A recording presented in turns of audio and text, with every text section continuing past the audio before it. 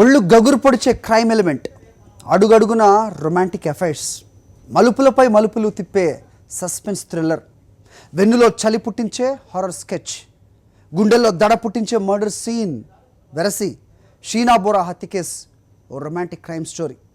కన్న తల్లే నవమాసాలు మోసి కన్న బిడ్డను కడతీర్చడానికి మాస్టర్ ప్లాన్ వేసింది. ఆ మహాతల్లికున్న ముగ్గురు భర్తల్లో ఒక భర్త ఈ హత్యలో భార్యామణికి సహకరించాడు కూడా. మరో భర్త హత్య గురించి అంతా తెలుసు, తాజాగా సిబిఐ కూపీలాగింది. ఇక ముగ్గురు మొగుళ్ళు, ఒక అందాల భార్య, ఆమె గారి గారాల పట్టి, ఆమె దారుణ హత్య, డెత్ మిస్టరీ. దీనిపైనే వాటి మ్యాగజైన్ స్టోరీ.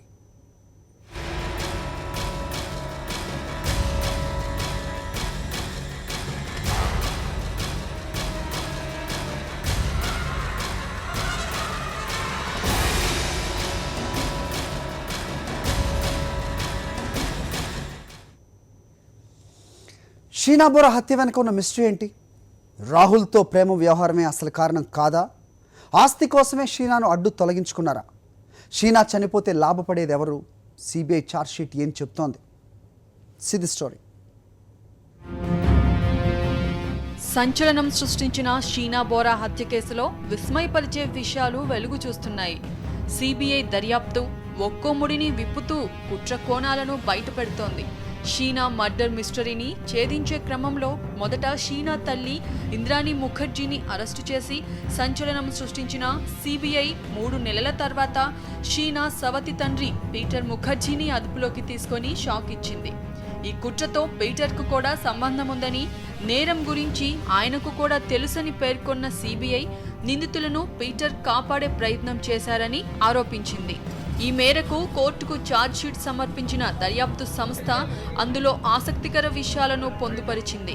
4300 పేజీలకు పైగా ఉన్న ఈ ఛార్జ్షీట్లో ఇంద్రాణి, ఆమె మాజీ భర్త సంజీవ్ ఖన్నా, ఇంద్రాణి కారు డ్రైవర్ శ్యామ్ రాయ్ను ప్రధాన నిందితులుగా పేర్కొన్నారు సిబిఐ. 150 మంది సాక్షుల వాంగ్మూలం, 200 డాక్యుమెంట్లు, మెజిస్ట్రేట్ ముందు 7గురు ఇచ్చిన వాంగ్మూలాలను పొందుపరిచింది. ఈ కేసులో పీటర్ పాత్ర, మర్డర్కు కారణాలను పేర్కొంది. సిబిఐ ఛార్జ్షీట్ ప్రకారం ఇంద్రాణి కుటుంబానికి ఢిల్లీలో పెద్ద ఇల్లు ఉంది. 7 బెడ్రూమ్లతో ఉన్న ఆ ఇంటిని ఇంద్రాణి 2004లో షీనాకు గిఫ్ట్గా ఇచ్చింది. అయితే 2008-9లో షీనా రాహుల్ వ్యవహారం బయటపడడంతో ఇంద్రాణి, పీటర్ ముఖర్జీలు అలర్ట్ అయ్యారు. వెంటనే ఫ్లాట్ను అమ్మకానికి పెట్టారు. 2010లో ఆ ఫ్లాట్ను 1,10,00,000కు అమ్మేశారు. ఈ విషయం షీనాకు తెలియదు. తనకు తెలియకుండా ఫ్లాట్ను అమ్మడం షీనాకు కోపం తెప్పించింది. ఇంద్రాణితో గొడవకు దిగిన షీనా ముంబైలో ఉన్న 3 బెడ్రూమ్ ఫ్లాట్ను తన పేరు మీద రాయాలని తల్లిపై ఒత్తిడి తెచ్చింది. ముంబైలోని ఫ్లాట్ను తనకు ఇవ్వకపోతే అసలు రహస్యాన్ని బయటపెడతానని బెదిరించింది. షీనా ఇంద్రాణి కూతురు అన్న విషయం అప్పటి వరకు పీటర్ కుటుంబానికి తెలియదు. అందరికీ షీనా ఇంద్రాణి చెల్లెలిగానే పరిచయం. అయితే ఎప్పుడైతే ఆస్తి సంగతి ముందుకు వచ్చిందో గొడవ మొదలైంది. ఈ తగాదా ఇలా కొనసాగుతుండగానే 2011లో పీటర్, ఇంద్రాణిలు కీలక నిర్ణయం తీసుకున్నారు. తమ ఆస్తిపాస్తులు ఎవరికి చెందాలనే అంశాన్ని పొందుపరుస్తూ విల్లు రాశారు. ఆ విల్లు ప్రకారం ఇంద్రాణి, పీటర్ చనిపోయిన తర్వాత వారి యావదాస్తి విధి సొంతమవుతుంది. ఇంతకు విధి ఎవరంటే ఇంద్రాణికి ఆమె రెండో భర్త సంజీవ్ ఖన్నాకు పుట్టిన కూతురే ఈ విధి. ఇక్కడ తల్లి, సవతి తండ్రుల ఆస్తుల వ్యవహారాలను చక్కబెడుతుంటే అక్కడ షీనా, నాయనమ్మ, తాతయ్యలు కూడా అదే పనిలో నిమగ్నమయ్యారు. తమ ఆస్తిపాస్తులు ఎవరికి చెందాలనే దాని గురించి షీనా గ్రాండ్ పేరెంట్స్ 2009లో ఓ విల్లు రాశారు. కానీ 3 ఏళ్లకే, అంటే షీనా రాహుల్ లవ్ స్టోరీ బయటపడిన తర్వాత విల్లును మార్చేశారు. తమ యావదాస్తిని మిఖాయిల్ పేరు మీదకు మార్చిన షీనా గ్రాండ్ పేరెంట్స్ ఆస్తిలో చిన్న వాటాను షీనాకు కేటాయిస్తూ 2012లో విల్లు రాశారు. ఈ ఆస్తుల వ్యవహారాన్ని పరిశీలిస్తే షీనా అడ్డు తొలగితే ఇంద్రాణి, పీటర్ల యావదాస్తికి విధి వారసురాలవుతుంది. ఇదే హత్యకు దారి తీసిందని సిబిఐ తన ఛార్జ్షీట్లో పేర్కొంది. అయితే ఈ హత్యలో పీటర్కు సంబంధమేంటి అన్న ప్రశ్నకు సిబిఐ ఆసక్తికర వాదనలు వినిపించింది. ఢిల్లీలోని 7 బెడ్రూమ్ ఫ్లాట్ను అమ్మకానికి పెట్టినప్పుడు రాహుల్ అభ్యంతరం తెలిపాడు. ఎందుకంటే ఆ ఫ్లాట్లో సగభాగం రాహుల్దేనట. దీంతో పత్రాలపై తన తండ్రి పీటర్ సంతకం పెట్టడాన్ని వ్యతిరేకించాడు. ఇది గొడవకు దారి తీసిందని సమాచారం.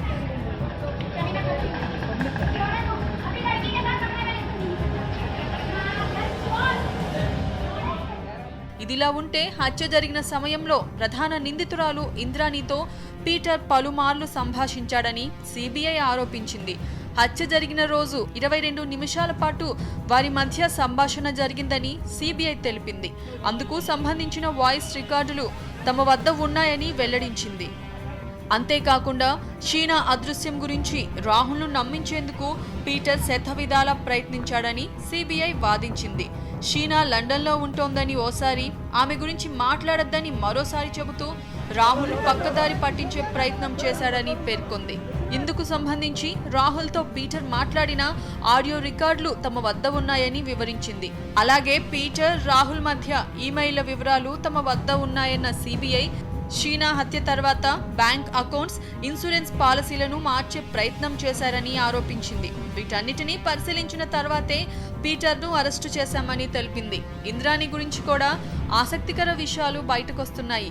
షీనా అదృశ్యంపై అటు రాహుల్ ముఖర్జీతో పాటు ఇటు కూతురు విధిని కూడా ఇంద్రాణి ఏమార్చే ప్రయత్నం చేసింది. షీనా లండన్ వెళ్ళిపోయిందని, అక్కడ హ్యాపీగా ఉంటుందని, ఆమె గురించి ఆరా తీయొద్దని రాహుల్కు చెప్పిన ఇంద్రాణి విధికి కూడా వింత మాటలు చెప్పింది. షీనా అమెరికాలో వజ్రాల వ్యాపారిని పెళ్లి చేసుకుందని విధికి ఇంద్రాణి చెప్పింది. ఈ విషయాన్ని విధి బయటపెట్టింది. 2009లో ఇంద్రాణి సోదరిగా షీనా తనకు పరిచయం అయిందని తెలిపిన విధి, షీనా, రాహుల్ ప్రేమ వ్యవహారం ఇంద్రాణి, పీటర్లకు నచ్చేది కాదని స్పష్టం చేసింది. 2009-10లో షీనా ఇంద్రాణి సోదరి కాదు, కూతురని రాహుల్ ద్వారా తనకు తెలిసిందని చెప్పిన విధి, ఇదే విషయాన్ని తాను ఇంద్రాణిని అడిగితే అదంతా అబద్ధమని ఇంద్రాణి కొట్టిపారేసిందని వెల్లడించింది. మొత్తం మీద ప్రేమ వ్యవహారం, ఆస్తి గొడవలే షీనా హత్యకు దారి తీశాయని, అందులో ఇంద్రాణి, సంజీవ్ ఖన్నా, పీటర్ ముఖర్జీలకు సంబంధం ఉందని సిబిఐ వాదిస్తోంది.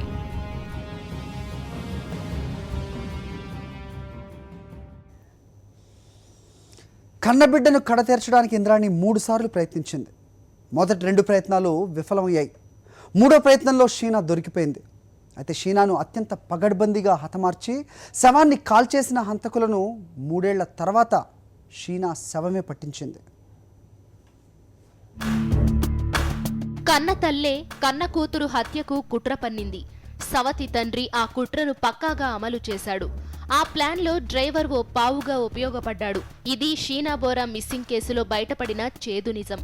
ఆమె హత్యకు గురైందని శ్యామ్ రాయ్ బయటపెట్టాడు. ఈ హత్యకు సూత్రధారి, కుట్రదారు అన్నీ మీడియా టైకూన్ ఇంద్రాణి ముఖర్జీయే. ఆమె మాజీ భర్త సంజీవ్ ఖన్నా ఆ కుట్రను అమలు చేశాడు. అప్పుడు డ్రైవర్గా ఉన్న శ్యామ్ రాయ్ ఈ హత్యకు సహకరించాడు. షీనాను హత్య చేసేందుకు ఇంద్రాణి 3 సార్లు ప్రయత్నించింది. ప్రతి ప్లాన్ కూడా సంజీవ్ ఖన్నాతో చర్చించింది.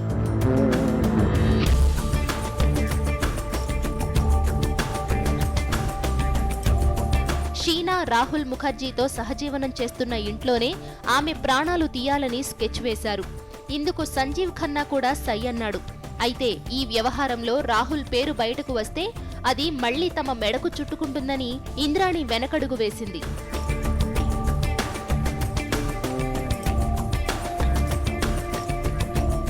ఇలా ఫస్ట్ ప్లాన్ ఫెయిల్ అవడంతో సంజీవ్ ఖన్నా రెండో ప్లాన్ వేశాడు. ఇంద్రాణి ప్రస్తుతం ఉంటున్న పీటర్ ముఖర్జియా ఇంట్లోనే షీనాను అంతం చెయ్యాలన్నది ఆ ప్లాన్. ఇక్కడ కూడా షీనాకు అదృష్టం కలిసి వచ్చింది. పీటర్ ముఖర్జియాతో పాటు రాహుల్ ముఖర్జియా కూడా అదే ఇంట్లో ఉండడం నిందితులకు ఇబ్బందిగా మారింది.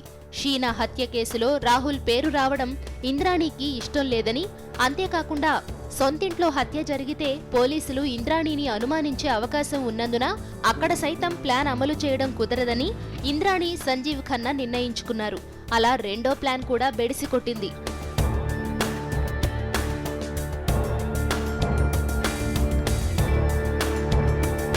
రెండు ప్లాన్లు బెడిసి కొట్టినా ఇంద్రాణి, సంజీవ్ ఖన్నాలు వెనక్కి తగ్గలేదు. షీనాను ఎలాగైనా హతమార్చాలని కంకణం కట్టుకున్న ఆ నిందితులు మూడోసారి పక్కాగా ప్లాన్ వేశారు. షీనాను కారులోనే చంపి రాయ్గఢ్ అడవుల్లో మృతదేహాన్ని తగలబెట్టాలనేది ఆ ప్లాన్ సారాంశం. 2 సార్లు షీనాకు అండగా నిలిచిన అదృష్టం ఈసారి ఆమెను వెక్కిరించింది. ఏప్రిల్ 24న ఇంద్రాణి రెండో భర్త సంజీవ్ ఖన్నాను కోల్కతా నుంచి ముంబైకి రప్పించింది ఇంద్రాణి. కూతురు షీనాకు ఫోన్ చేసి సాయంత్రం ఒక చోట కలుద్దామని చెప్పింది. అనుకున్న సమయానికి షీనా అక్కడకు వచ్చింది. అప్పటికే ఆగి ఉన్న కారులో తల్లిని చూసి మరో ఆలోచన లేకుండా కారెక్కేసింది షీనా. కారులో ముందు డ్రైవర్ శ్యామ్రాయ్, ఇంద్రాణి కూర్చున్నారు. వెనుక సీట్లో సంజీవ్ ఖన్నా పక్కనే షీనా కూర్చుంది. కారు ముందుకు సాగుతోంది. సరిగ్గా ఆ సమయంలోనే సంజీవ్ ఖన్నా ఉన్నట్టుండి షీనా గొంతు నులిమి ఊపిరాడకుండా చేశాడు. కొంతసేపు గిలగిలా కొట్టుకున్న షీనా చివరకు కళ్ళు తేలేసింది. ఆ తరువాత శవాన్ని రాయ్గఢ్ తీసుకెళ్లి అక్కడ కాల్చేయాలన్నది ముందుగా అనుకున్న ప్లాన్. అయితే అప్పటికే బాగా చీకటవడంతో వర్లీ రూట్లో అడవుల్లో శవాన్ని కాల్చేయాలని డిసైడ్ అయ్యారు. అయితే దారి మధ్యలో పోలీసుల గస్తీ ఎక్కువగా ఉండడంతో భయపడి శవంతో పాటే యూటర్న్ తీసుకుని ఇంద్రాణి ఇంటికి వెళ్లిపోయారు. సంజీవ్ ఖన్నా తన హోటల్కి వెళ్లిపోయాడు. డ్రైవర్ శ్యామ్రాయ్ కారులో పడుకున్నాడు. డిక్కీలో షీనా శవం ఉంది. ఇంద్రాణి ఇంట్లో నిద్ర రాక అటూ ఇటూ తిరగాడింది. చివరకు అర్ధరాత్రి దాటాక డ్రైవర్కు ఫోన్ చేసి బయలుదేరడానికి సిద్ధంగా ఉండమని ఆదేశించింది ఇంద్రాణి. తెల్లవారుజామున ఇంద్రాణి కారులో బయలుదేరింది. హోటల్లో ఉన్న సంజీవ్ ఖన్నాను పికప్ చేసుకుని అందరూ కలిసి రాయ్గఢ్ సమీపంలోని గగోడే బద్రుక్ గ్రామానికి చేరుకున్నారు. అక్కడి అటవీ ప్రాంతంలో షీనా శవాన్ని తగలబెట్టారు. ఆ తరువాత ఎవరూ తమను గమనించడం లేదని నిర్ధారించుకుని అందరూ చల్లగా జారుకున్నారు. 3 ఏళ్ల తరువాత కాలిన ఆ శవమే సాక్ష్యమవుతుందని వారు ఊహించలేదు. కాలిపోయిన షీనా దేహం ఇప్పుడు తల్లితో పాటు ఆమె రెండో భర్తను డ్రైవర్ శ్యామ్రాయ్ని బోనెక్కించింది. తాజా దర్యాప్తులో ఈ మొత్తం వ్యవహారం ఇంద్రాణి తాజా భర్త పీటర్ ముఖర్జీకి కూడా తెలుసునని తేల్చుకున్న సిబిఐ పోలీసులు పీటర్ను అదుపులోకి తీసుకుని విచారిస్తున్నారు. శవమే కదా, కాల్చేశాం కదా అనుకున్న హంతకులను శవమే కటకటాల వెనక్కి పంపింది.